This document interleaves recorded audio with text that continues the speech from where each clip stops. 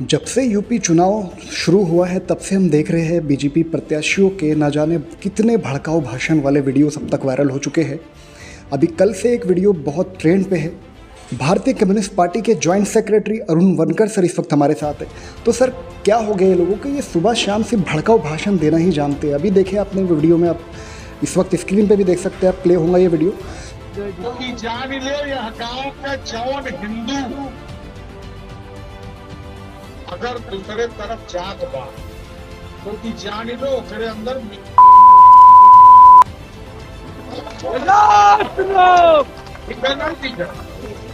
वो गद्दार है, वो जयचंद की नाजायज औलाद है। 2014 मोदी की 5 साल की हुकूमत और 2019 में फिर से रिपीट होना, तो इसके बाद तो एक वातावरण ऐसा बन गया था कि हिंदू और मुस्लिम ध्रुवीकरण करके, पोलराइजेशन करके चुनाव जीते जाते, ये बीजेपी का अपना ट्रेंड बन गया था। मगर भारत में जो किसान आंदोलन चला, उस किसान आंदोलन ने भारत का पूरा वातावरण बदल दिया। मुजफ्फरपुर के दंगे में जो हिंदू मुस्लिम का दुराव हो गया था, किसान आंदोलन ने उसको जोड़ दिया। और फिर उत्तर प्रदेश में हिंदू मुस्लिम एकता एक बड़े पैमाने पर साबित होगी। और उसी आंदोलन ने मजबूर किया मोदी को, और मोदी को मजबूर करने के कारण यूपी के चुनाव को देखते ही तो मोदी ने तीनों कानूनों को पीछे लिया था। मगर उसके बाद किसान नहीं माने, शर्तें थी, ऐसे MSP की बात थी, किसानों की भरपाई की बात थी, किसानों पर जो लगे मुकदमे उसको पीछे लेने की बात थी। मोदी ने इससे इनकार कर दिया, यानी अभी तक किया नहीं। और अब उसका कृषि मंत्री बोलता है कि हम चुनाव के बाद वो करवाएंगे करके। मगर किसान ये बड़ी मात्रा में, हिंदू किसान ये बड़ी मात्रा में मतदाता है यूपी में, और हिंदू मुस्लिम की एकता हो चुकी है। तो ये तो स्पष्ट हो गया था कि, और मिशन 3 फरवरी से मिशन यूपी करके किसानों ने छेड़ दिया। और लखीमपुर की ताज़ा घटना थी कि अभी तक, और वो अजय मिश्रा का जो लड़का है आशीष मिश्रा, उसको जमानत भी दिलवा दी। तो ये भाजपा का पूरा खुल गया। और इसके कारण जो सब रिपोर्टें आ रही कि भाजपा बुरी तरह परास्त हो रही, वो कहाँ 324 पर थी, वो 120 का भी आंकड़ा अभी कर पाएगी कि नहीं, ये संकट खड़ा। और इसलिए गांव-गांव में हम देख रहे हैं कि बीजेपी के जो आमदार है वो जो अब जा रहे तो उनको भगाया जा रहा। तो ये वातावरण पूरा बनने के बाद अब क्या बोलते, खिसिया नहीं बिल्ली खंबा नोचे। तो ये राघवेंद्र सिंह जो बीजेपी के प्रत्याशी है, उनको चित्र तो पता चल गया।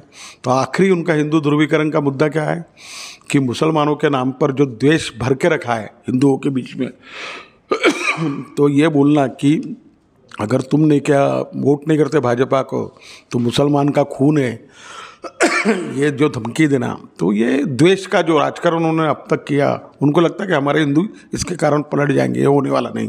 राजा सिंह जो है हैदराबाद के भाजपा के नेता है, और वो ये बोल रहे हैं कि अगर योगी को वोट नहीं दिए भाजपा को तो हजारों बुलडोजरों के वो हैदराबाद से निकल चुके हैं यूपी की ओर। भाई साहब, अगर योगी हार जाएंगे तो वो बुलडोजर को वैसे ही वापस आपको वैसे करना पड़ेगा ना। तो ये बिल्ली खंबा नोचे वाले काम है। मैं आपको ये बता देना चाहता हूँ कि हमारी कम्युनिस्ट पार्टी भी अलग लड़ रही, करीब करीब 35 सीटें लड़ रही। मगर यूपी के जो हालात हैं, तो अखिलेश ने जो मोर्चा बनाया है सब पार्टियों को लेकर, हम उसमें शामिल नहीं हो पाए दुर्भाग्य से। मगर वो जो मोर्चा बना वो बहुत सशक्त मोर्चा बन चुका है। और लोगों के सामने सवाल है कि भाजपा को अगर परास्त करेंगे तो किसको देंगे।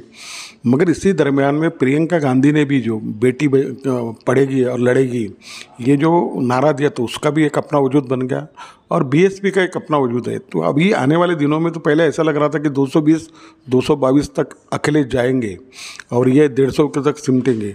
मगर अभी जो रिपोर्ट है, आज का चौथा दौर है चुनाव का यूपी का, उसमें रिपोर्ट ये आ रहा है कि ये अभी 120 के नीचे जा रहे हैं बीजेपी वाले। मगर कांग्रेस और BSP जो 15-16 पर सिमटने वाली थी, वो 30-35 पर जा रही। तो ये हालात स्पष्ट कर रहे हैं कि अब यूपी में योगी की सरकार नहीं आ रही।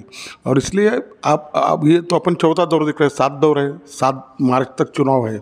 तो हम देखेंगे कल परसों भी कि बहुत ही अनर्गल बातें आएंगी, भड़काऊ, क्योंकि केंद्र सरकार उनके हाथ में है, तो और राज्य सरकार भी है। अब तक हम देखते थे कि मुस्लिम समाज को गालियाँ दी जाती थी, भड़काऊ भाषण मुस्लिमों के खिलाफ किए जाते थे। लेकिन यहाँ तो डायरेक्टली हिंदू समाज को ही गालियाँ दी जा रही। तो मैं बोला ना कि सवाल है कि उनका भी विश्वास उड़ गया है। अब उनके पास आखिरी पैतरा क्या होता है, आदमी गालियों पर कब आता है, जब जवाब वैचारिक जवाब देने की क्षमता नहीं रह जाती तब वो गालियों पर उतर आता है।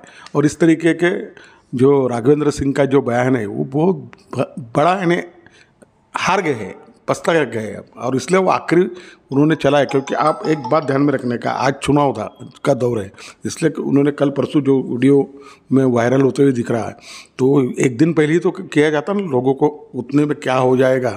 तो उनके जो पुराने अनुभव है, मगर आपको मैं बता देना चाहता हूँ, ये उनके जो पुराने ये जो है ध्रुवीकरण, हिंदू ध्रुवीकरण के, ये सब शिगु पे फेल हो रहे। पंजाब में फेल हो रहा, वहाँ कांग्रेस का ही चित्र दिख रहा है, गोवा में कांग्रेस दिख रही, तुम्हारे ये उत्तराखंड में कांग्रेस दिख रही, तो उसके कारण बड़े बौखला गए हैं। तो अब हिंदू पर उतरा है, और मैं उसका स्वागत करता हूँ भाजपा के नेताओं का कि आपका हिंदू ध्रुवीकरण भारत में अब फेल हो रहा, और 2024 में आप देश की सत्ता पर नहीं होगे। तो मतलब आपको लगता है कि 2022 में जो भी यूपी में इलेक्शंस हो रहे हैं उसका इम्पैक्ट 2024 में देखने मिलेगा? नहीं, सवाल ही नहीं था।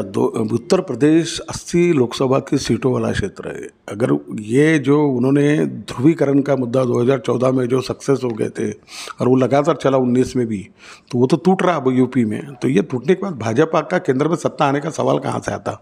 और विपक्ष बहुत अनुभव से सीख गया है। यानी वो तेलंगाना का चंद्रशेखर राव जो भाजपा के साथ साठगांठ करके चलता था, अनुभव से आ गया ना, वो तो बिल्कुल नहीं, भाजपा बिल्कुल नहीं होना अब केंद्र में। तो सब अनुभव से सीख गए, और विपक्ष बहुत अच्छे तरीके से इकट्ठा होने वाला है। उनका भी छोड़ दो, मगर किसान आंदोलन ध्रुवीकरण कर रहा है। किसान आंदोलन का सीधा नारा है कि इनको हटाओ, भाजपा इस देश में अब होना ही नहीं। तो उसके कारण वो बहुत बड़ा रोल अदा कर रहा है।